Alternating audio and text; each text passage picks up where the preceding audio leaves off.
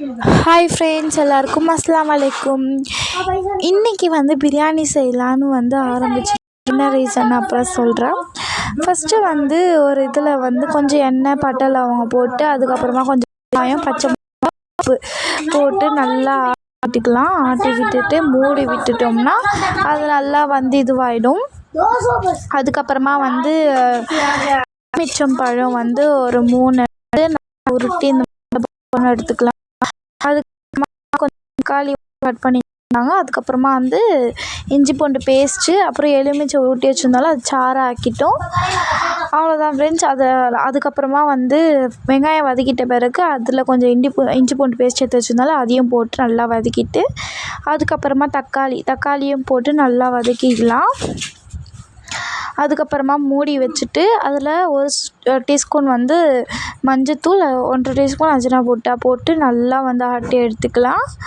அதுக்கப்புறமா பிரியாணி மசாலா, கொத்தமல்லி இது 2மே எடுத்து வச்சுருந்தோம். இப்போ கொத்தமல்லி லைட்டாக போட்டு, கொத்தமல்லி எடுத்து வச்சுருந்தோம்ல அதெல்லாம் போட்டு நல்லா அதை ஆட்டி விட்டுக்கலாம். நெக்ஸ்ட்டு அரிசி ஊற வச்சுக்கலாம். அதுக்கு அரிசி பாஸ்மதி அரிசி தான் ஊற வச்சுருக்கோம். அதுக்கப்புறமா கொஞ்ச நேரம் மூடி வச்சுட்டு கொத்தமல்லியெல்லாம் நல்லா வதக்கிட்ட பிறகு பிரியாணி மசாலா இல்லைங்களா, அது நாங்கள் அளவாக பார்த்து போகிறோம். அதுக்கப்புறமா அது போட்ட பிறகு வெறியும் மிளகாத்தூள் 2 டீஸ்பூன் அதையும் நல்லா ஆட்டிட்டோம். எதுக்கு பிரியாணி செய்கிறோன்னா, மொஹரம்க்கே பிரியாணி செய்யலை, அதனால்தான் பாட்டிக்கு போயிருக்கும்போது பிரியாணி செய்யறாங்க. அதுக்கப்புறமா அந்த எலுமிச்சை சாறு வச்சுருந்தோம்ல அதை ஊற்றிக்கலாம்.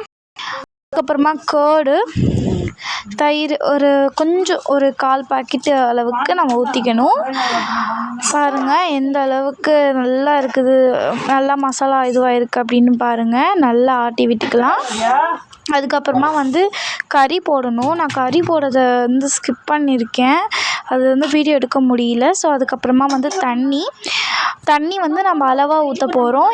எந்த கிளாஸ்லேயோ இல்லை எந்த இதுலேயோ நீங்கள் தண்ணி அரிசிக்கு நீங்கள் எடுத்து வச்சுருந்தீங்களோ அதே கிளாஸ் அளவுக்கு நம்ம தண்ணி எடுத்துக்கணும். இப்போ நான் 3 சொம்பு அளவுக்கு அரிசி எடுத்துருந்தேன்னா அந்த 3 சொம்பு அளவுக்கு தண்ணி எடுத்து வச்சுக்கணும். அந்த மாதிரி ஒரு தான் நான் போட போகிறேன். அதுக்கப்புறமா கொஞ்ச நேரம் விட்டுட்ட பிறகு நம்ம ஊற வச்சிருந்த அரிசியையும் இதுக்குள்ளே சேர்த்துக்கலாம். அந்த மசாலா இருக்கும்போதே நீங்கள் கொஞ்சம் தண்ணியை போட்ட பிறகு கொஞ்சம் டேஸ்ட் பண்ணி பார்த்துக்கோங்க, நான் உப்பு கரெக்டாக இருக்கா அப்படின்னு. நாங்கள் போட்டது கரெக்டாக தான் இருந்துச்சு. அதுக்கப்புறமா அதையும் மூடி வச்சுட்டு இப்போ பாருங்கள் எவ்வளோ சூப்பராக இருக்குன்னு பாருங்கள். பிரியாணி எவ்வளோ சூப்பராக இருக்குது பாருங்கள். அப்படியே பார்க்குறதுக்கே பலன்னு இருக்குது பாருங்கள், எப்படி இருக்குன்னு ஆயிலியாக. அதுக்கப்புறமா எனக்கு ஒரு லெக் பீஸ் கூட வந்துடுச்சு.